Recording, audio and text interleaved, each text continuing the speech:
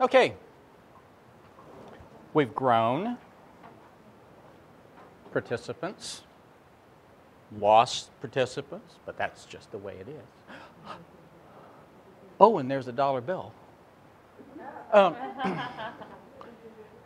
And here's the dollar bill holder.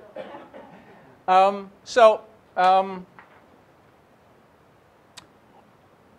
want to talk about some of the more relevant findings, I think, that we've generated in the last 32 years doing research on the LEAP model.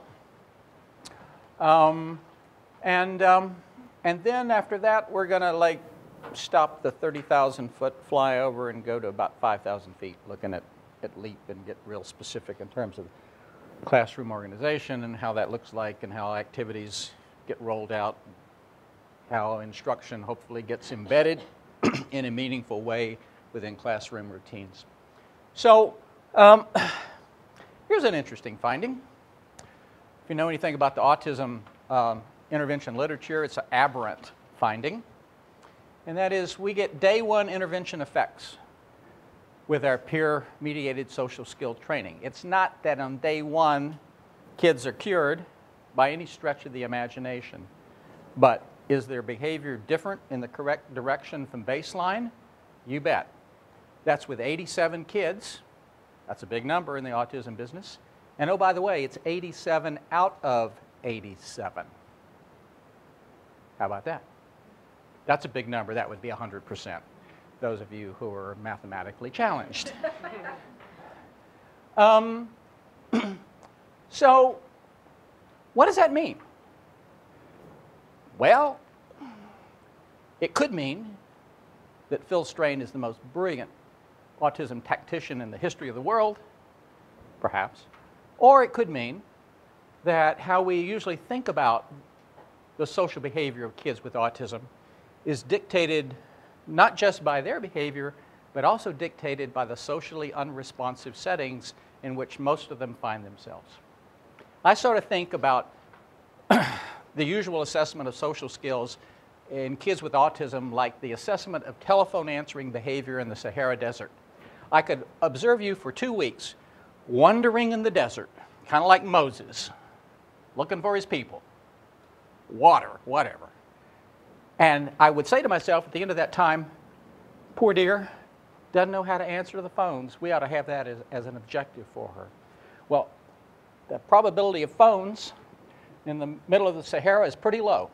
The probability of ringing up in the middle of the Sahara is pretty low.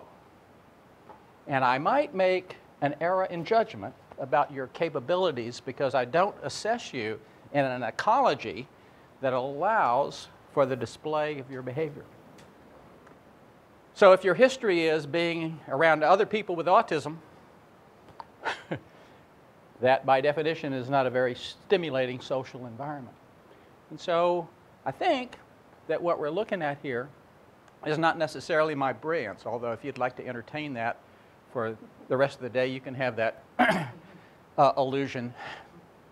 But I think it has more to do with the fact that now they're exposed to a very stimulating social environment, and you're looking at some of their capabilities for the first time. Other data that we have that may be of interest is that if you just look at the amount of positive social behavior produced by kids with autism who get the full LEAP dosage, which we think at a minimum is 2 years, and get peer-mediated social skills intervention every day, get 100 social response opportunities embedded throughout the entire day, not just at free play, then about 50% of those kids engage in an amount of positive peer behavior that's equivalent to what typically developing kids engage in. That's pretty good. Some people call that normalizing the behavior. My colleague, Gail McGee, should be credited with that, and she experience the slings and arrows, for using that term, but nevertheless, I think it's not a bad term. Now, here's another arithmetic question. How much do you think, just looking at percentage of time, do typical preschoolers engage in positive social interaction in preschool settings? What would you say? Most of the time. Pardon me? Most of the time. Well, actually not.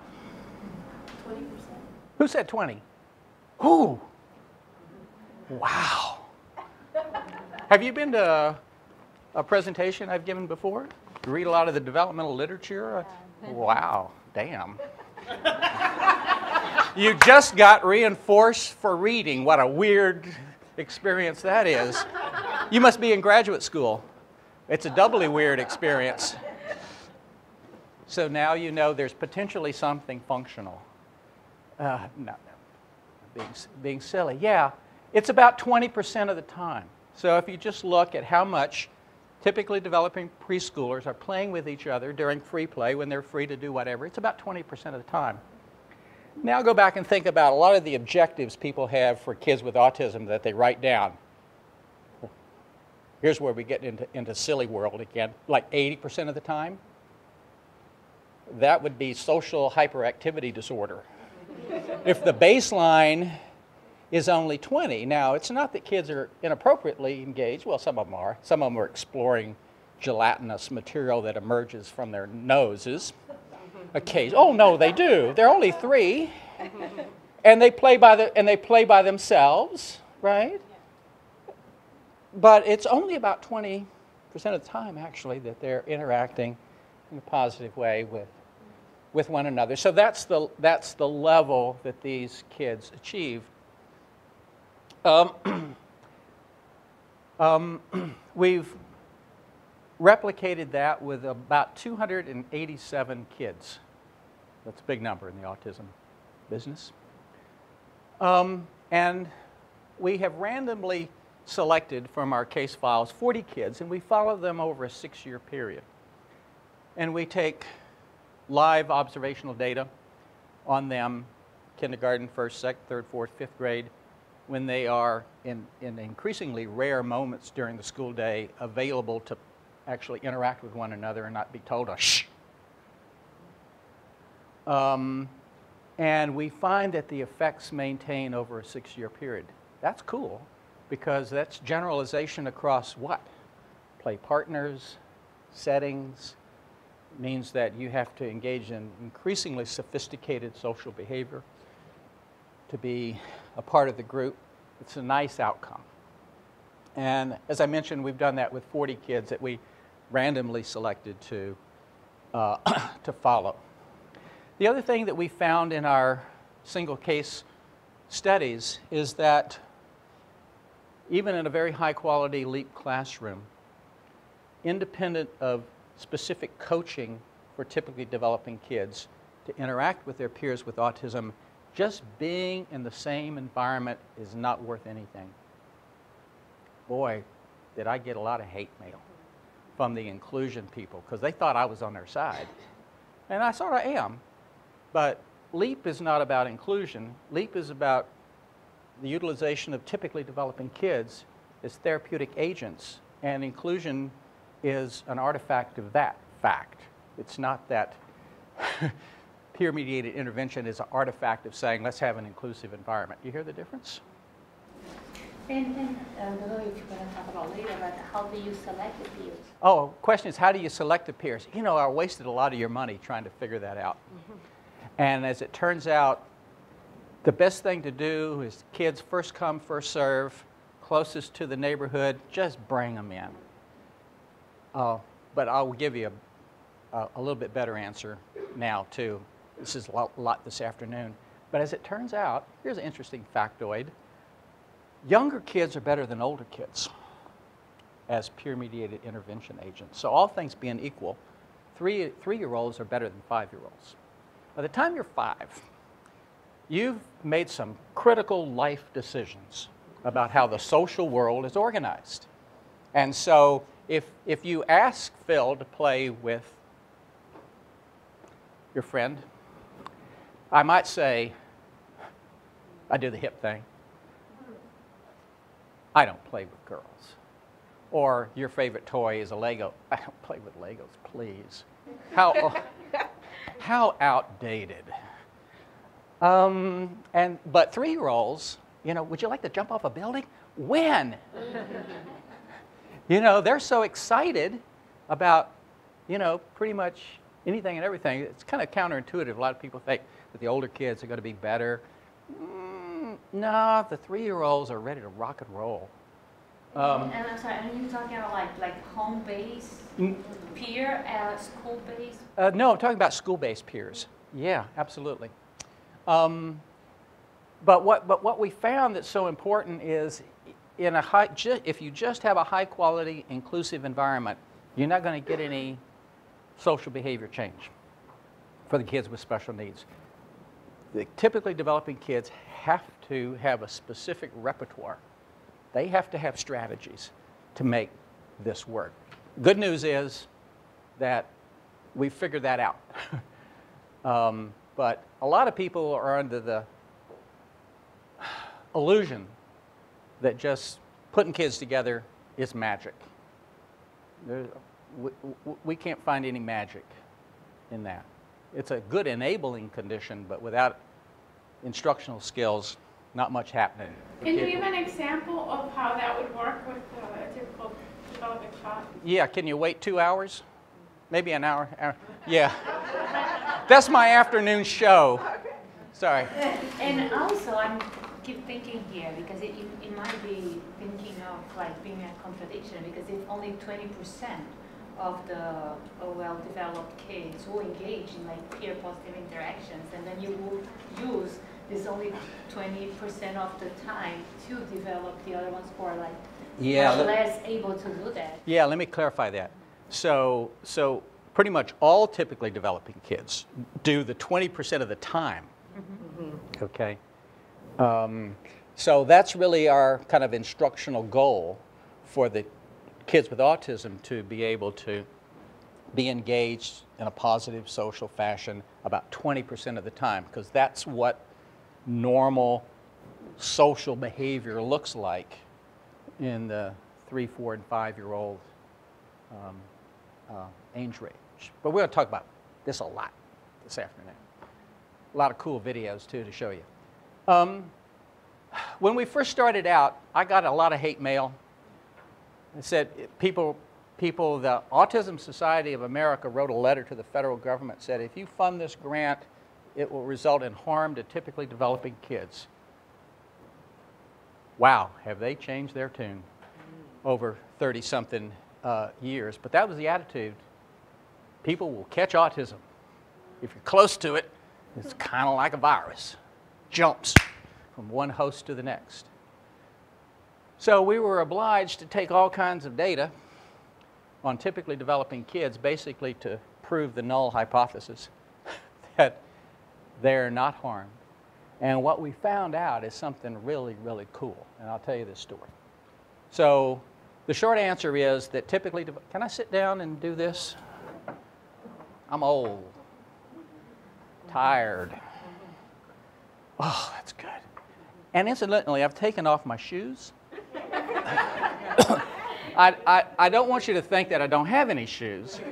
It was a willful act on my part, because one of the things I learned after doing presentations for 40 years is that you can't do this stuff all day with shoes on. Well, you can, but you will pay for it at the end of the day. You will consume so much alcohol to get over your feet hurt. So I just sort of avoid that. And let me just say, being in an audience for all day, you are now invited to remove your footwear. It's okay with me. I will not feel differently about you than I do now. I won't tell you how I feel about you now, but it won't be different. So I was somewhere. Oh, yeah. So the short answer is that on cognitive measures, on language measures, on measures of problem behavior, the typically developing kids don't have any harm. In fact, on measures of problem behavior, they actually do less problem behavior after being in LEAP for a year than do matched cohorts who are only in preschool settings with only typically developing peers. Makes sense because we got good behavioral instruction going on, and we can do those little oppositional behaviors overnight. It's not a big deal. But the big effect is on how typically developing kids come to view and think about and feel about people who are different than they are. And that's a really big deal. And boy, it took us a long time to figure out how to do this, but I think we figured out a valid way. So we show children videotapes of children their same age, matched to gender, who are child actors, and they are either successful or not successful purposefully putting a puzzle together. And then we ask children after they view that video of success or not success to tell us everything that they saw, use all the words that they can think of to describe what just happened on the video. With me so far? Sometimes, right before kids see a video, they hear the following instruction. You're about to see a video of a child like you. I want you to look at this video really carefully. It's going to be really short. Concentrate. And at the end of it, tell me everything that you saw. Use all the words you can think of. That's one instructional possibility. The other instructional possibility is this, and notice the difference. You're going to see a video of a child not like you. At the end of it, you hear the difference. And the rest of the instruction goes on. Well, here's the deal. Our comparison group for this study, we're comparing typically developing kids who've been in LEAP for at least a year with typically developing kids who are in classrooms where there are no kids with special needs. But we've gone one step further. In each one of those classrooms, we've asked the teachers to nominate the social stars. Who are the 2 kids who you feel like are the most socially skillful? Now, when you do that, you'll find that the pool results in 80% females and 20% boys. That's just the way the world is. Y'all are more advanced than we are in many different capacities. When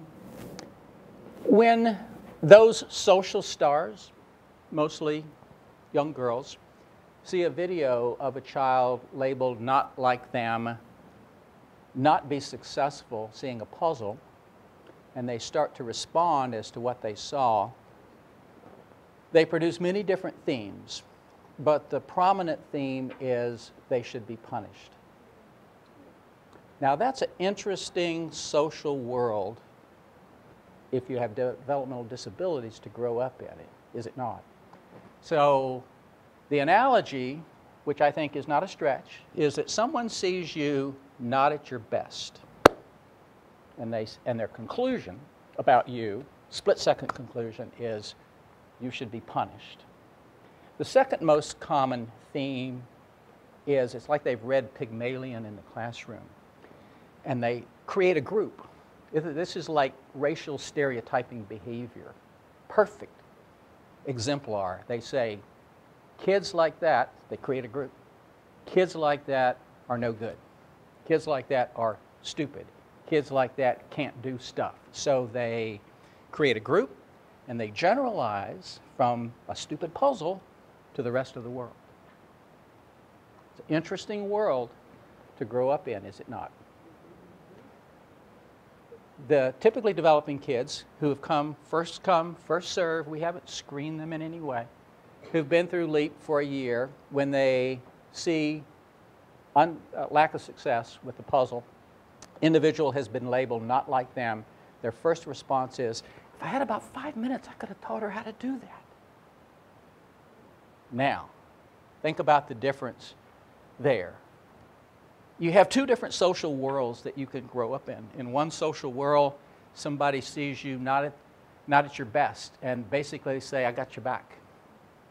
And someone sees you not as your best, and they say, you should be punished, or people like you are generally no good. Mitt Romney would call them the 47%, perhaps. Sorry. It fit, right? Just fit the context. So that turns out to be a really big outcome of LEAP, because if you think about it, social behavior is not like any other developmental domain.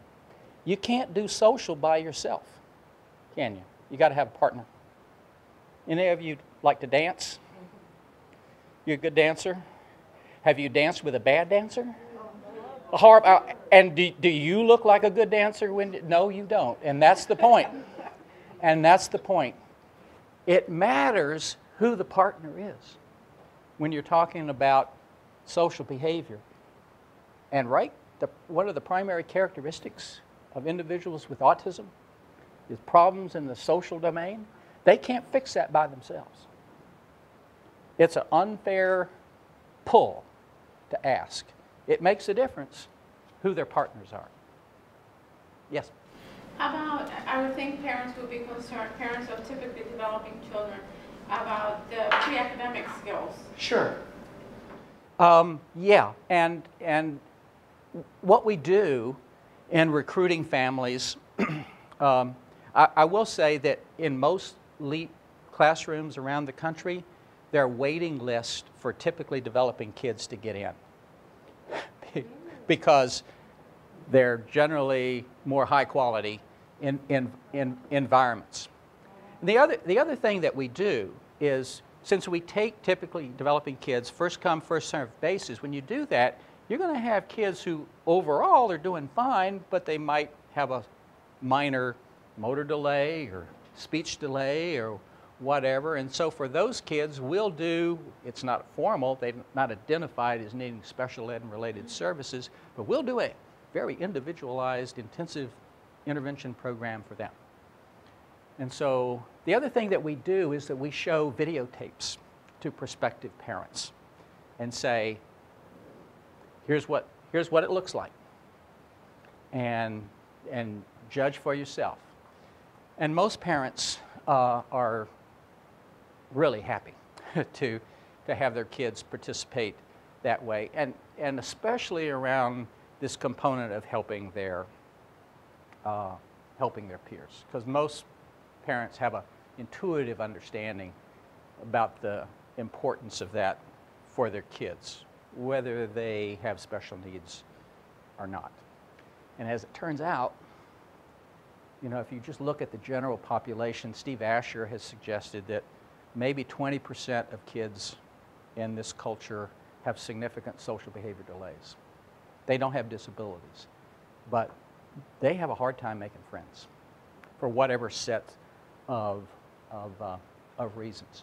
And we certainly experience that ourselves with an open door policy in terms of who comes in. But we're brutally honest with parents about of kids with autism as well as typically developing kids, in that here's what to expect, and here's our program, and here's the elements of it. It's not for everybody. You decide whether it's for you or not. But we don't have a lot of non-takers. Yeah. So, all right. So that's a big outcome. We didn't expect that outcome. We just kind of got that for free. Sometimes science gives you things that are freebies. We have some data that other people have gotten the opposite result. So we don't find a correlation between where kids begin and where they wind up. So the correlation in LEAP programs is close to 0. So it's not true that kids who are higher functioning do proportionately better. So to get a 0 correlation, 2 things have to happen at some point in time. Some kids who are really pretty well off at baseline don't do well, and some kids who are pretty low functioning in terms of initial assessment blow the roof off. They do extraordinarily well. And we don't know why that's the case, but generally speaking, we're pretty happy with that with that outcome. And that's why we have no criteria for kids with autism either. It makes no difference to us what the entering repertoire is, although a lot of people make decisions about putting kids with autism in inclusive settings under the assumption that higher functioning kids will do better, but that's not what our data suggests. So for a number of years, we've used the Childhood Autism Rating Scale. I realize it's not the best instrument in the world, but after all, give us a break. We started doing this in 1980, and it was the only instrument at the time that examined severity of autism. And so the vast majority of kids don't reach diagnostic criteria on the CARS. Now, I realize the CARS overdiagnoses, and if you're having a bad day and you're a typical 3-year-old, you might be on the cusp. But that being said, we get big differences in CARS scores from pre to post. Do I have a question here? CARS versus the GARS, the Gillian, what is your opinion on that? Oh, generally speaking, neither of them are worth much. You know, as a crude outcome index, you know, it's not bad. As screeners, I don't think that they're for their original intended purpose, I don't think they're very good. For the purpose that we've used them as a general index of reduction in autism symptomology, it looks like they're pretty sensitive. But kind of going back to our hall conversation, I'm more interested in knowing, you know, in real English terms, understandable communication between adults, what Phil can and cannot do at the moment, and how you score on some instrument where somebody observes you, usually in a strange setting, right? I think is going to give you strange results. And maybe in a subjective way too. Yes, yeah. Yeah. As you can tell, I'm not a strong proponent of spending time assessing young kids with autism. Yes, ma'am? In relation to what you just said, with the 2 years, after them being in the 2 years, Yeah. are you saying also that children who were diagnosed with autism and went into the program could also be, in essence, undiagnosed after 2 years? Well, because they don't meet criteria anymore? If you use the CARS, but I actually don't care about the diagnosis either. Frankly speaking, I don't think there is such a thing. I think there are many things that are, you know, a cluster of symptoms.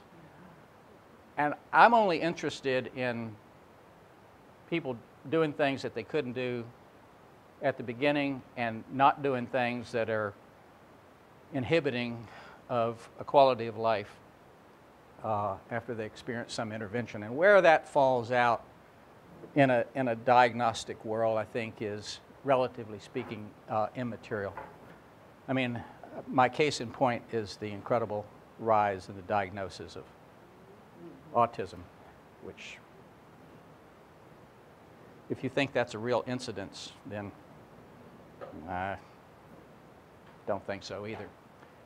Oh, forgot about that.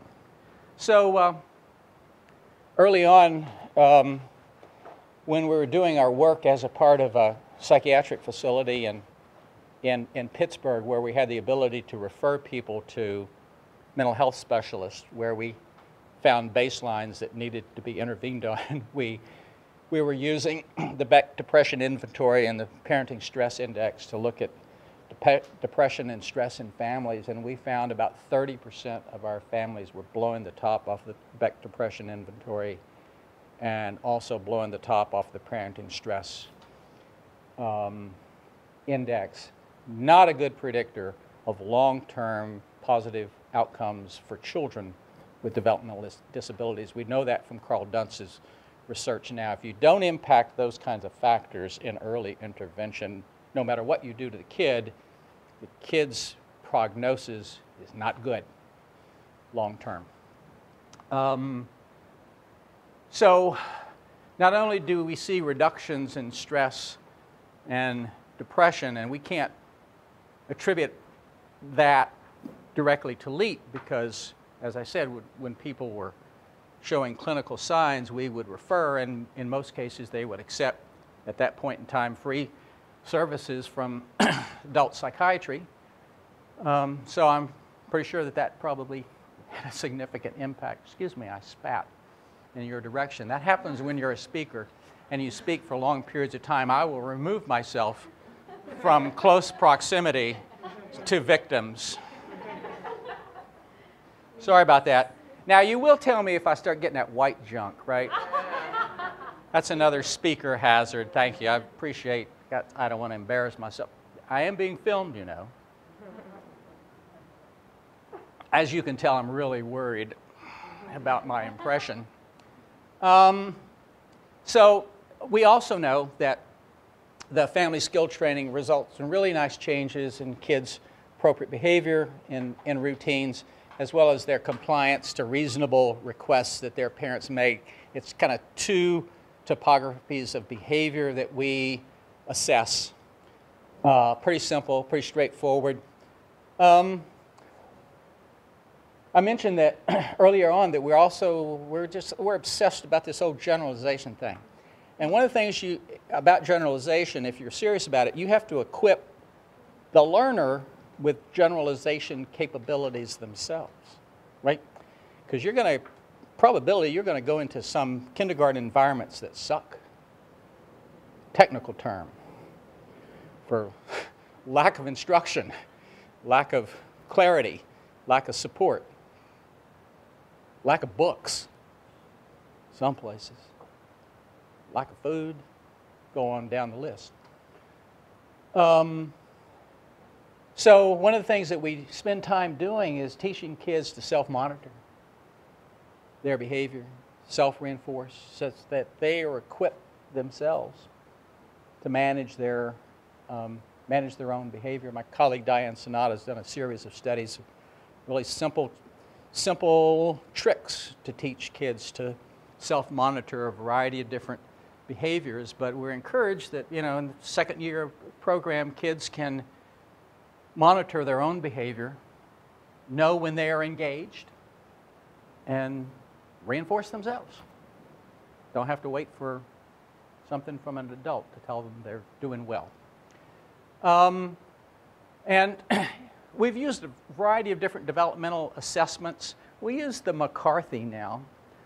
We've used all kinds of things, sort of like the McCarthy. I sort of don't. But that's what we use now. And on average, we're getting 1 to 2 months developmental gain for every month you're in the program, which is a good thing. McCarthy is language, no? No, it's comprehensive. It's a variety of different. It's not just language. But it gives you a kind of a general cognitive index, and that's sort of the measure that we use with the McCarthy, as well as subscales. And finally, we are doing a follow-up study now. As far as I know, the first longitudinal follow-up of early intervention for kids with autism. And we're following however many it was now. It's a lot. Almost 300 kids who were in our randomized study.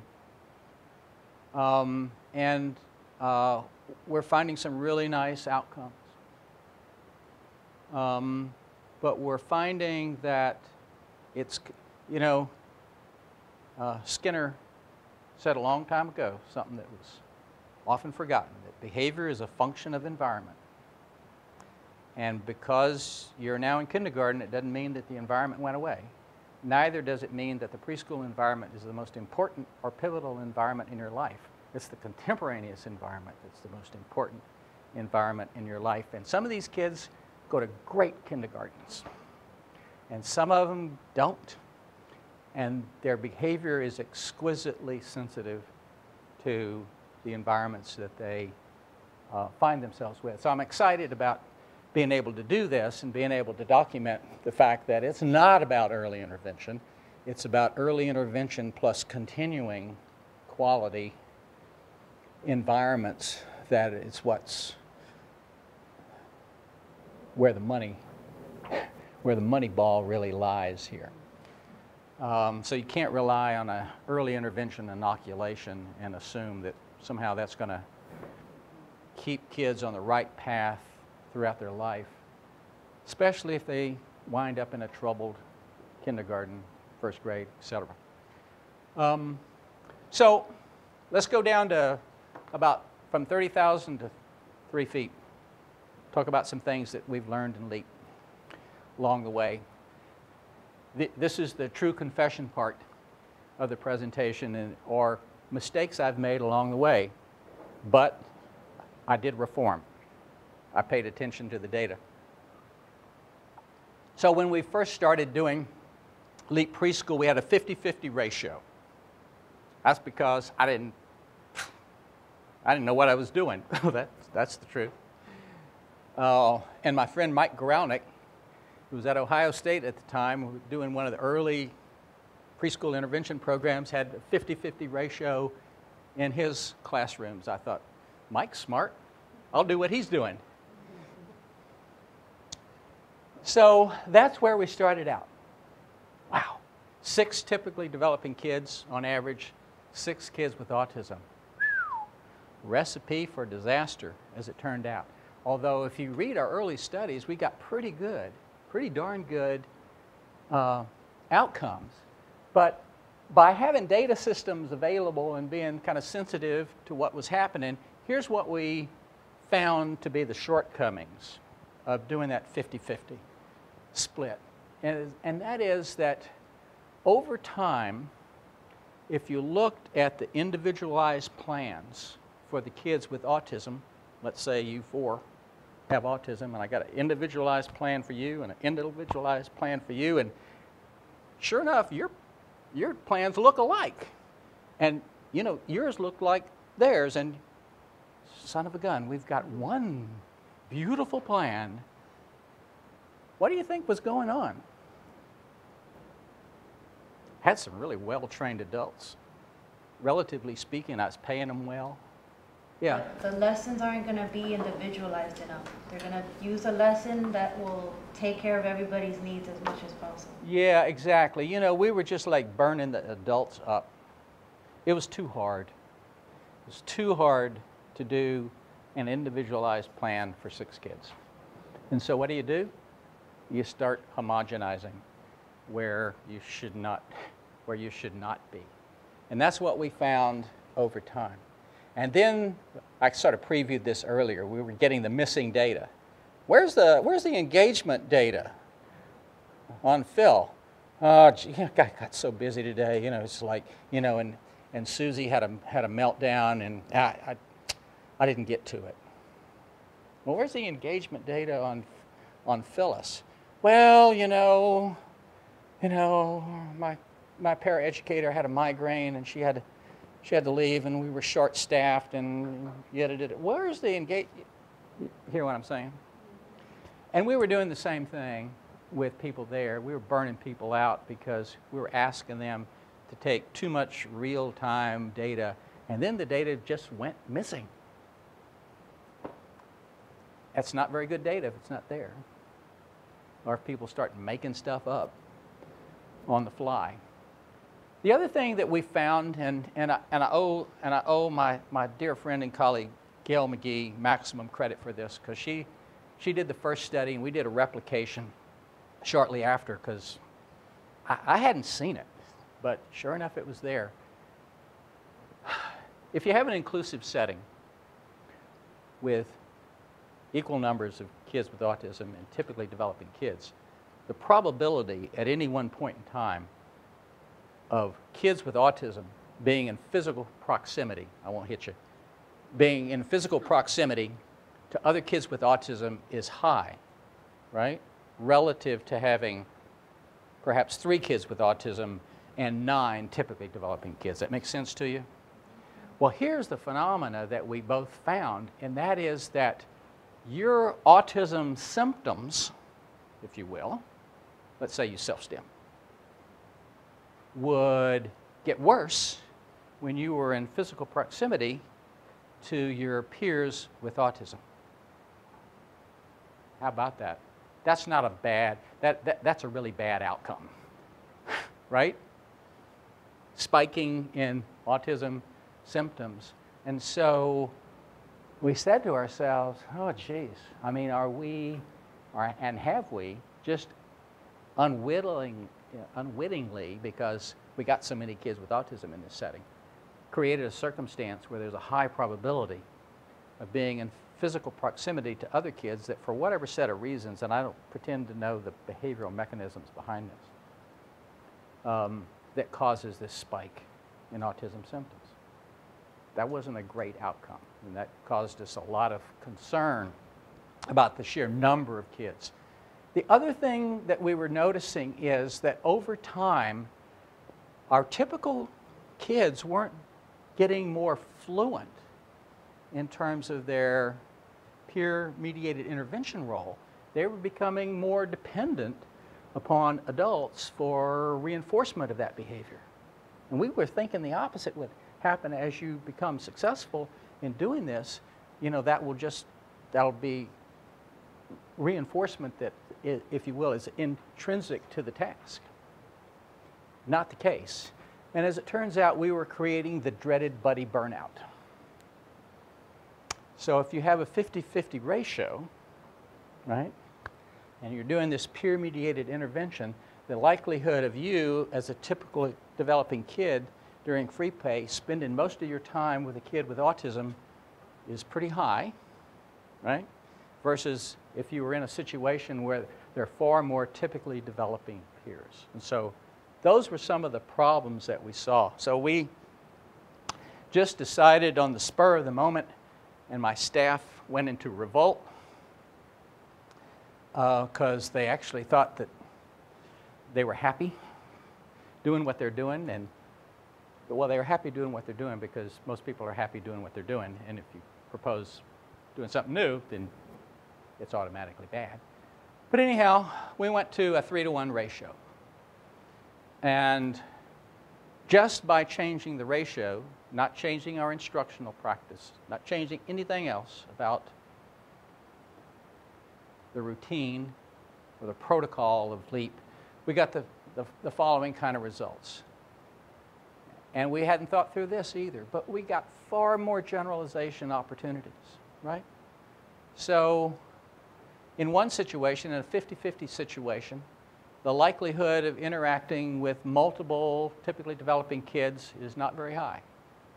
In a 3-to-1 ratio, those opportunities exponentially increase, do they not? That's a good thing. If you think that being competent socially is about being competent with multiple interaction partners, and it is. We also minimize this contagion effect around, if you will, autism symptoms, especially tantrums and self-stimulatory behavior. It's not that we stopped doing intervention on those topographies, but we had to do less of it and spend less psychic energy figuring out how to make that stop. And the other nice thing that happened is that typical peers always had, in free play settings, other typical peers to hang with. And we never had anybody burn out anymore. Because although kids like their role, and they like teaching other kids, it can be hard. Those of you who are teachers know, teaching is rewarding, but teaching is work, right? And sometimes the payoff isn't sufficient to keep you motivated. So those are some of the outcomes that we got from changing ratio. Another mistake that we made in 1980 is that we went with the Velcro model. We said, boy, you really have really bad, challenging behavior, you know? You bite yourself, you bite other people, you throw chairs. I'm going to sick our best function-based intervention person on you. going to hang with you for this preschool day, right? It's the Velcro approach, and that's how adults are going to be arranged. Turns out, not a good idea.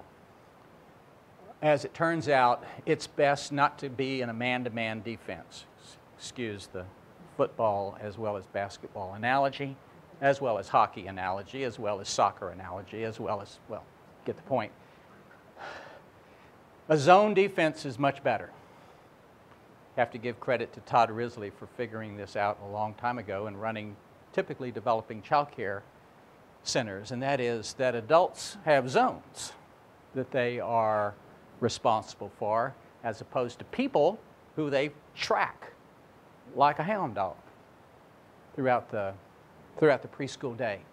And here's some of the stuff you get from going with a zone defense that you don't get, at least as readily, being in a man-to-man. And that is, the biggest issue in running a preschool intervention program is dead time, right? If kids don't have stuff to do, they will fill their time with stuff that you don't want them to do. That's the first rule of running a preschool. Minimize dead time. If you go into man-to-man defense classrooms, I guarantee you, you'll see a lot of dead time because materials aren't ready. Oh, geez, oh, where are the puzzles? Oh, geez, you got to turn your back, you got to go to here, and all hell is broken loose, right? But if somebody is in charge of this area where the puzzles are, it's puzzle time. You know, you're there, you got them, kids are approaching you, there's an adult in the situation, right? Big difference. It also maximizes generalization opportunities as well, right? So if the classroom is set up where kids move, and they move into the proximity of multiple adults, they have to respond to multiple adults. That's a good thing, especially for kids with autism who can develop this real stereotypic form of behavior where they'll talk with one person and not with someone else, just as an example. Probably the best example of this zone defense and the utility of it occurs in large group time. Some of you are teachers, correct? Right? No? I thought you were. Maybe the teachers left. And other people joined the group. But most head teachers want to be the show, right? If it's story time, they want to be the Rolling Stones. And they want to be on stage and doing story time, right? At least that's how I felt when I was a teacher. And so, as it turns out, for doing large group times with inclusive classrooms, you want your most highly trained practitioner not doing the show. Pretty much anybody can do the show. You want them in the zone defense, working the group, and doing things like, if this is the group, I'm cueing the teacher up ahead of me like, what's your name? Lillian. So I know that she occasionally loses her spinal column when in a seated position and falls into children next door. And so as you start to lose your spinal column and are heading this way, you know, I'm going to cue, teacher, give her a turn. Ask her something. Ask her to come up to the front of the room. Point to something. Make sense? Bless your heart, you can't sit very long without any positive feedback. And so I'm moving around. Oh, you're sitting so nicely. And so I'm just kind of, I'm hovering here, right? I'm looking for the first glimpse of problem behavior, interrupting, redirecting. I'm reinforcing kids for being appropriate. It's actually a pretty complex set of skills. I'm not Velcroing anybody, right?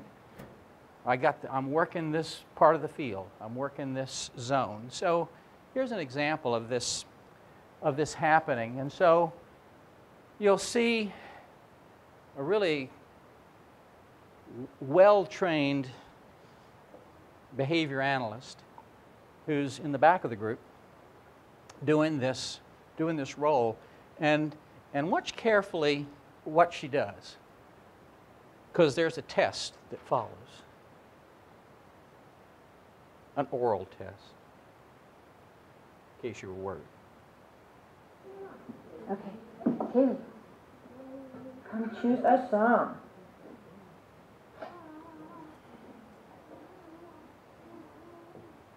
Could you read that louder, please? Good job. Hammer one, hammer Peter, hammers with one, hammer all day long. Peter hammers with two, hammers two, hammers two, hammers Peter, hammers with two, hammers all day long. Peter hammers with three, hammers three, hammers with four, hammers four, hammers four, hammers Peter, hammers with four, hammers all day, hammers with five, hammers all day long. Peter's very tired now, tired now, tired now. Peter's very tired now, all day long. So, there are actually 4 kids with autism in this video. One is the girl with the white top that she spends some time with at the beginning. What do you notice about her behavior, other than that first clip? About the teachers or the child? About the well, either.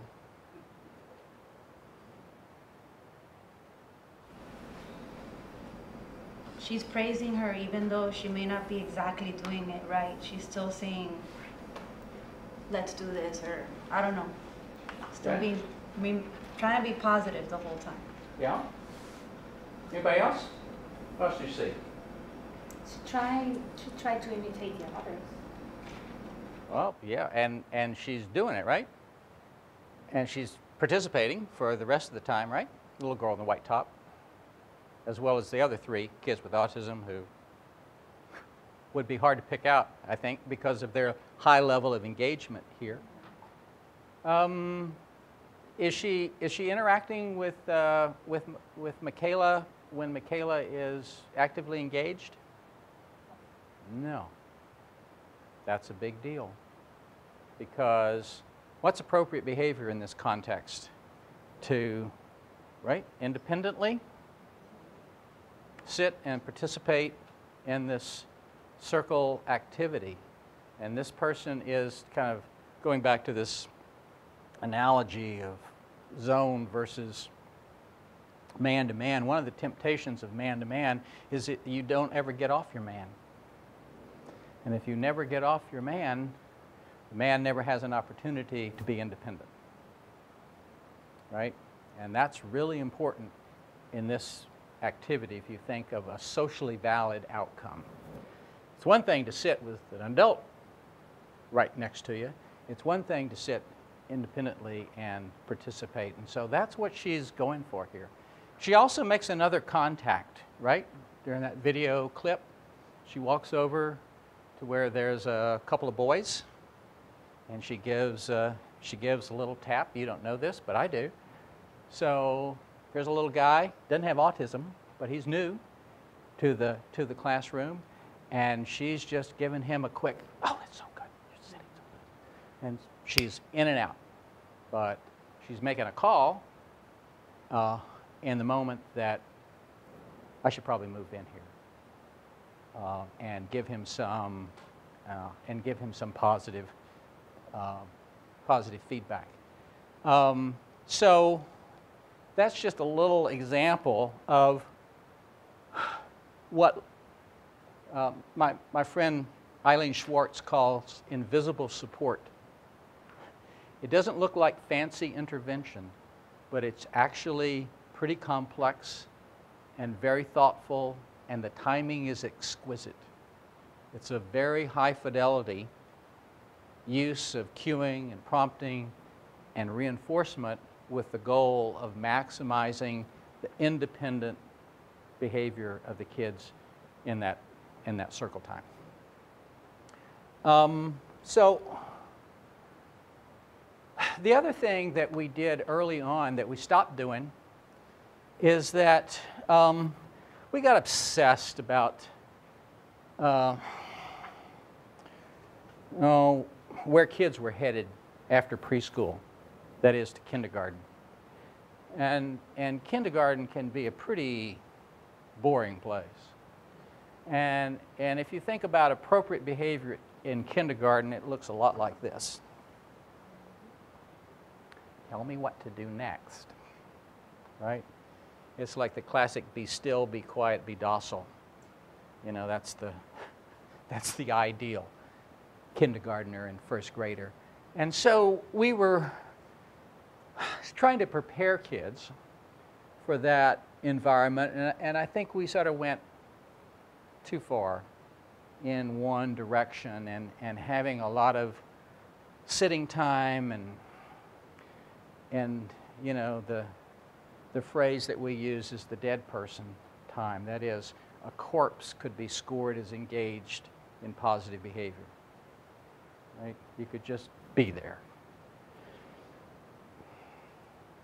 As it turns out, not many preschoolers, whether they have disabilities or not, are particularly enthralled with being quiet. Moving, talking, action is where it's at. And so we kind of over the course of time kind of blew up that be still, be quiet, be docile way, especially of organizing large group time and really turning it into an action piece. So let me show you another video. This is story time, but it's not about the teacher having a book and the kids sitting around listening to the story. It's much different on the action front. This is the classroom I should preview for you, where there are 4 kids with autism. And from what you know about LEAP already, you should be able to identify those 4 kids. There's money available for identifying the correct 4. And they're all in their 2nd year, and this is the spring of their 2nd year. So they're rocking. They're doing pretty darn good. And you'll notice from this activity that the kids know the story. Okay? So I need to tell you this also. So when we do stories, when we do books for 2 weeks. And so it allows kids to, and teachers to be creative about the content. And so at the end of the 2-week period, which is what you're going to see here, the kids know the story, but they can also do all kinds of elaborations on it. So I want you to let you know that if we looked at a week 1 video, there would be more teacher pointing out what's in the story. And now it's really, if you will, the kids more telling the story, because they have had experience with it. Okay? All right, so here is a pretty active story time. I have to go here.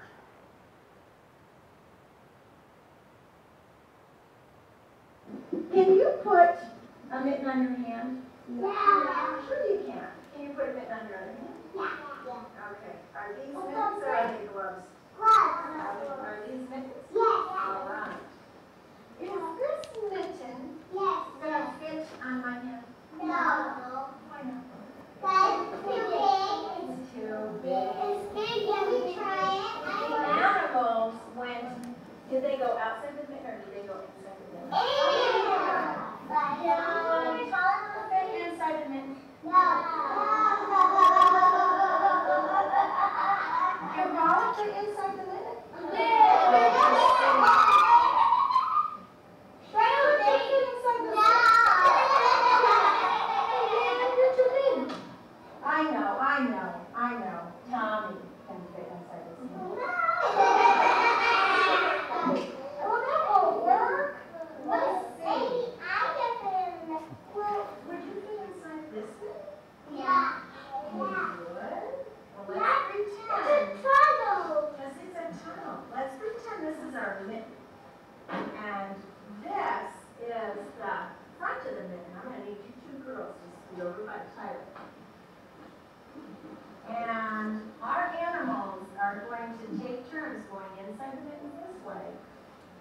have to stop at the end of the mitten, because did the animals come out the end? No. When did the animals come out of the mitten?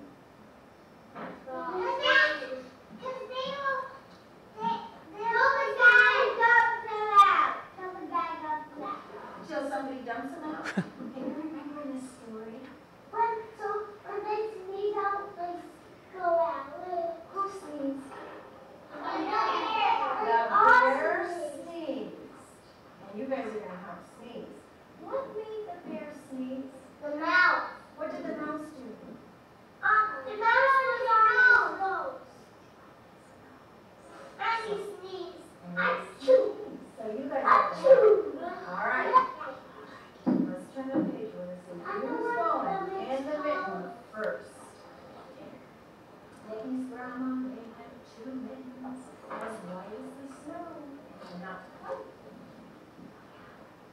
What was the name of that first tree? It's a weird one. It goes starts with M. Mole. I'm the mole. I'll say what you think. All right, I'll say crawl like a mole all the way into the mitten. Ooh, that's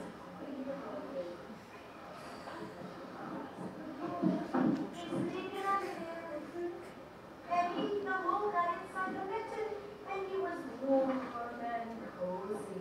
But then along came, do you remember who came next?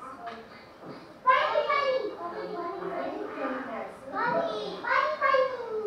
Now, Paula, would you be the bunny? Aha! You turned the bunny ears up. And the bunny came along and went in. And he went, Paula, tell him, Mole, move over, Mole.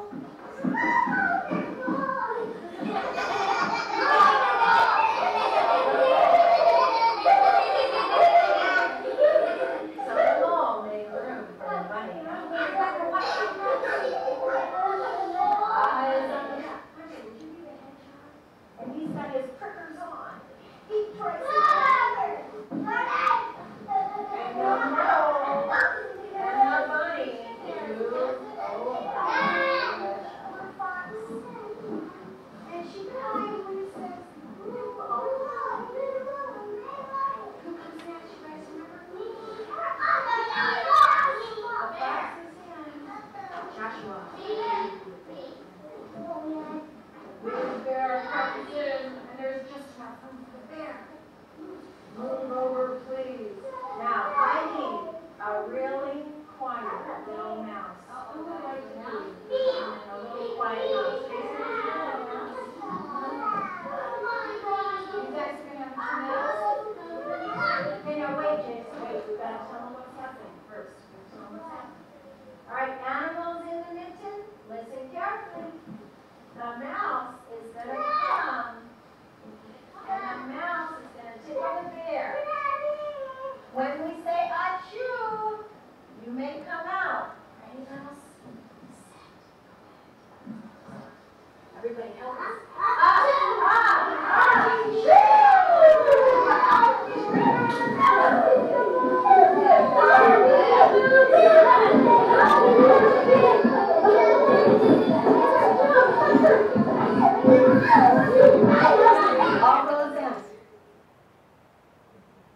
All right. So, who are the 4?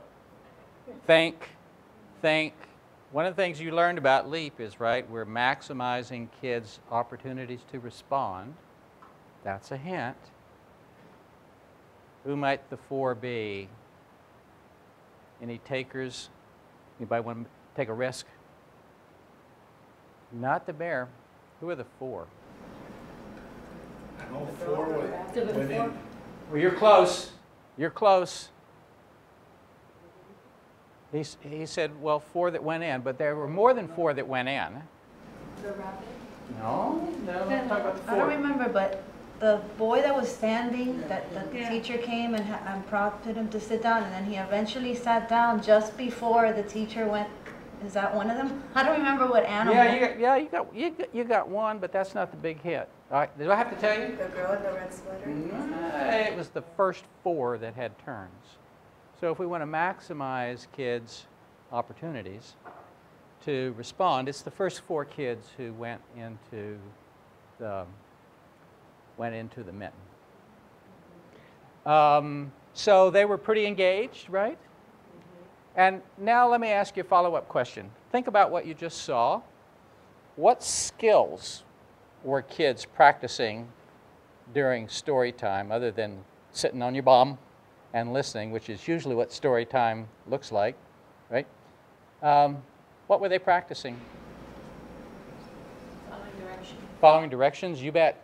But following not a silly direction, not a repetitive direction, but following a direction in context and of a fun context, which means you're more likely to follow the direction, right? What else? Taking turns. Taking turns, you bet. Great. So a social piece. What else?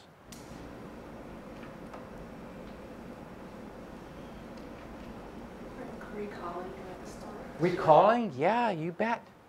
You bet. And kids were doing a lot of what kind of responding? Oral, all right? Working on verbal skills, all kinds of things going on. Motor imitation. Jose, crawl like a mole. Jose, instead of saying, do this, you know, do this, you know, it's Jose, crawl like a mole. So there's all kinds of objectives that individual kids have that have been embedded. None of this is accidental. It's not haphazard. It is a fun activity, but it's a very carefully orchestrated and planned fun activity to have developmental significance for, for individual kids. And so we've tried to take all of our group times and maximize kids', if you will, active engagement as opposed to passive engagement. And I can't tell you how that has changed the equation in terms of our needing to work on problem behavior during large group time with kids, because admittedly, it's the most challenging in any sort of preschool program. But just by changing that emphasis to active involvement, we've bought ourselves a lot of really nice outcomes. And I wish we'd have thought of that in 1980, but it took us a while to figure that one out. And let me just give you another quick example of this is an opening circle time. Happens early on in the preschool day. And we're also going through some just real typical preschool routines here, but we're again trying to maximize the physical, the motor activity that kids can participate in to make sure that we get as much engagement as possible by just manipulating kind of the antecedent variables, namely how these activities are organized. And the name of the month is April. And how many syllables does April have? It does. It has 2 syllables. Let's clap it out. Hands up. April. What song are you going to sing today?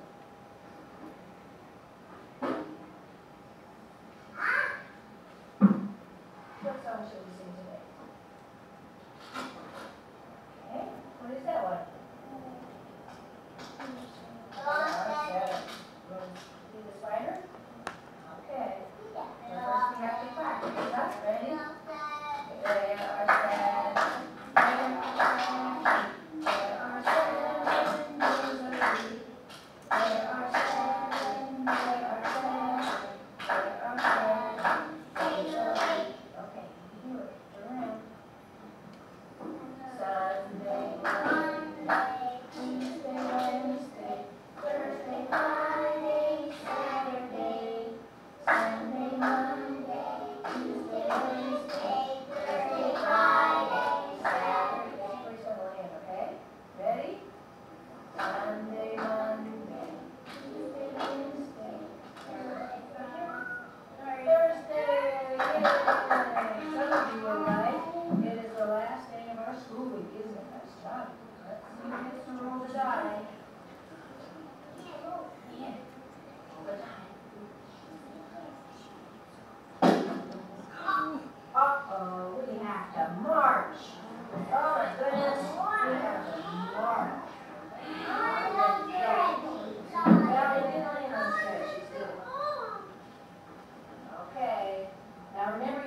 watch up here, and I'm gonna try to trick you when the magic wand stops, and you stop counting too, okay? So watch the wand, ready?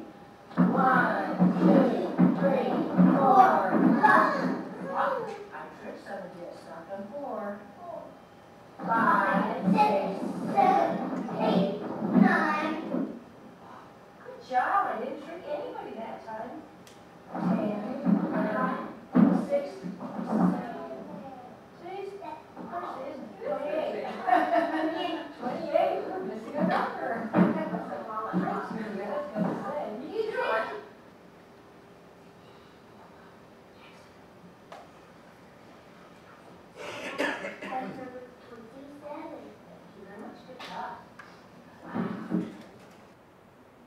So just a little snippet of calendar, and each of the kids that got an individual turn are 3 of the 4 kids with autism in this particular classroom. But what I want you to focus on is that, you know, we've pretty much embedded some sort of motor movement within every piece of this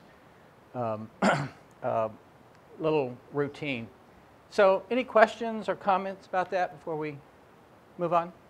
Can I get a time check? It's 12:30. Okay, great. That's what I was hoping the answer was going to be. There's some other ways that we maximize engagement, particularly active engagement with kids, that I just want to share with you really briefly.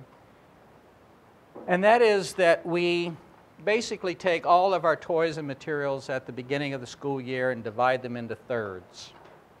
And we only have a third of the junk out at any one time, and we just rotate stuff, because one of the things we know from developmental research is that novelty with preschoolers is like this magic potion.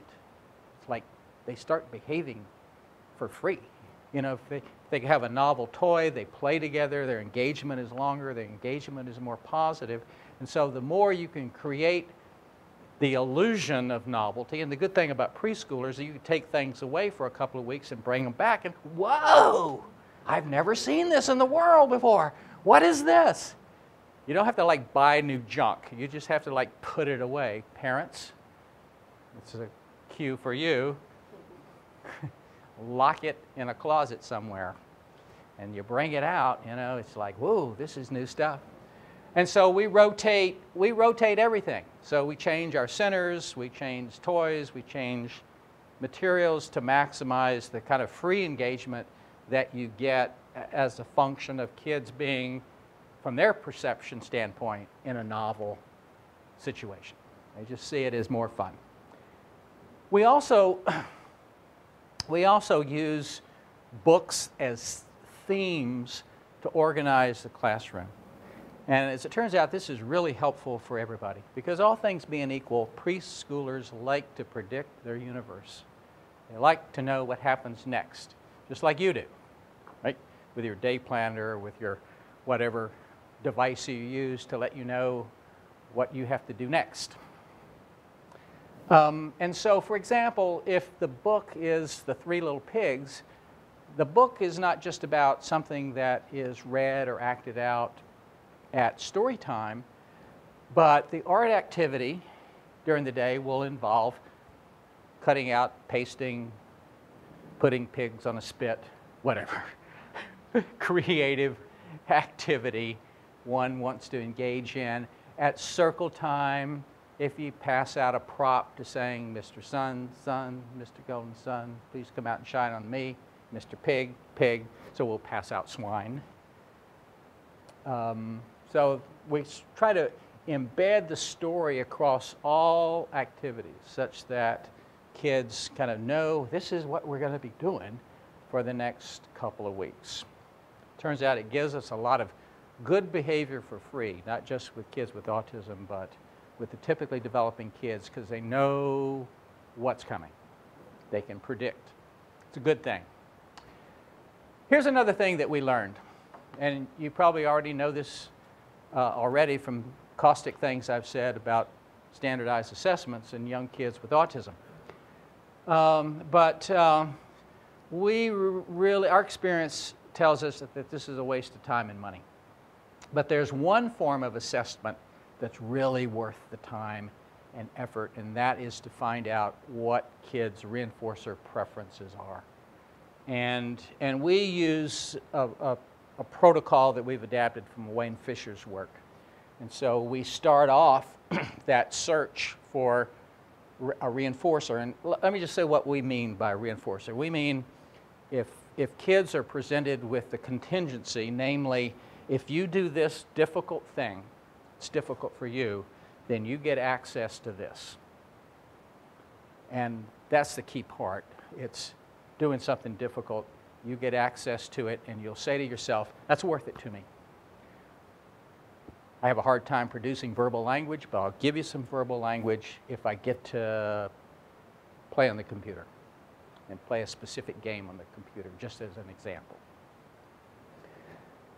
So we start off by interviewing adult family members. What does Phil like when Phil's by himself and can do whatever? What does he gravitate to? And we'll come up with a list of activities or toys or materials. And then we'll do kind of an informal observational check of our own to validate those reports. They are usually validated. Parents are good reporters of what their kids most like to do. And a lot of people stop there and pick things that they think will operate as reinforcers. But one of the things that Wayne's research has told us is that the probability of predicting a reinforcer, if you stop there in the sequence, is actually very low. About 30% of kids actually producing difficult behavior for them when presented with this contingency. But you can increase the probability to a very high number by doing this paired comparison strategy. And it's pretty simple.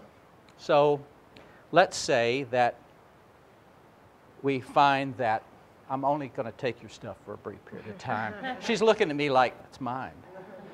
So let's say that there are 4 or 5 things on this list that your mom and dad have told us that you really like. One is dress up, and you like art activities. But I'm going to pair those in a choice format such that I can come up with a ranking of things. And so this is a great test, unlike most standardized tests, because you don't have to be verbal, and neither do I. Ready? You do the expectant look. Oh, and I write down on my sheet when art activity is paired with dress up wins. Now, you like caffeine too? It's also on the list. Oh, caffeine when paired with dress up, caffeine wins. You also like sugar hit. Well, let's compare. You see where I'm going here? So if there are 4 or 5 things, you gotta pair each with one another, and you just mark down what wins when that pair is presented, and you'll come up with a hierarchy. And what Wayne has found is only the top 1 or 2 items in the hierarchy will act as reinforcers. The other things kids like, but they won't do hard stuff for. It's not worth it. The deal isn't good enough. It's only those top things. So once we find those reinforcer preferences for individual kids, we use them very judiciously. And we say to ourselves, what's the toughest thing for you to do? Maybe it's interacting at free play. So, but you love counting bears. You'll do hand flips to get access to counting bears. So the counting bears will be available. You interact, the counting bears appear.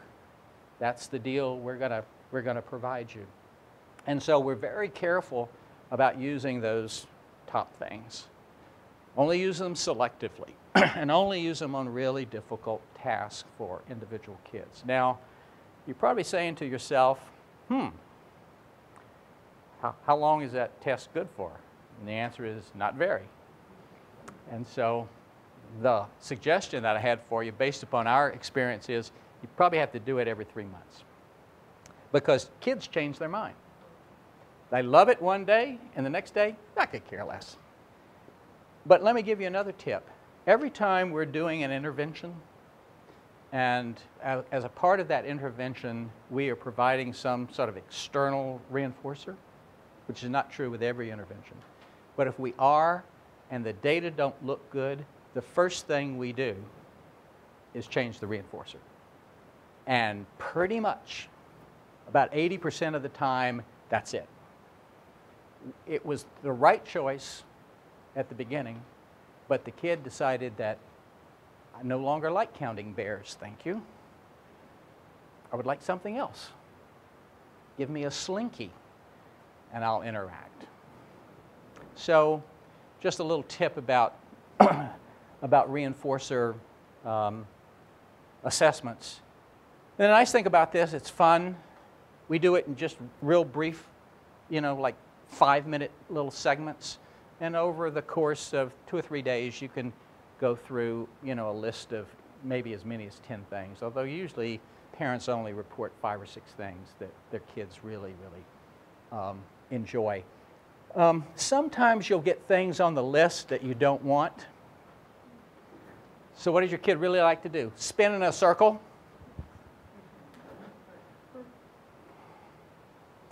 And so the question is, what do you do with spinning it? Do you want to reinforce kids with access to dervish behavior? And the answer is, well, you got to be smart. And so this was an example that occurred in a LEAP classroom in Colorado, where little girls' reinforcer preference was to spin in a tight circle.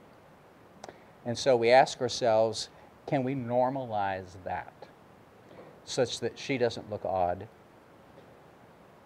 Other people, especially other kids, don't see her as being, what in the world is that? And it can be a part of the classroom routine. So what we did is we came up with spontaneous eruptions of Ring Around the Rosie. So when she engaged in some appropriate behavior, we'd grab another peer, we turned it into a social thing too. We locked arms and Ring Around the Rosie. And she loved it. And so we gave her, you might think, the kinetic or sensory event that was reinforcing, but not in the modality that was clearly odd looking. So we were able to normalize that. So just an example is that, sometimes you have to be creative with what's on these reinforcer lists, because sometimes they're behavior that's considered aberrant. But in most cases, you can figure out how to give kids what they desire and turn the topography just a little bit for it to look and act and feel socially appropriate. That makes sense to you? Okay, so I think we'll take a break.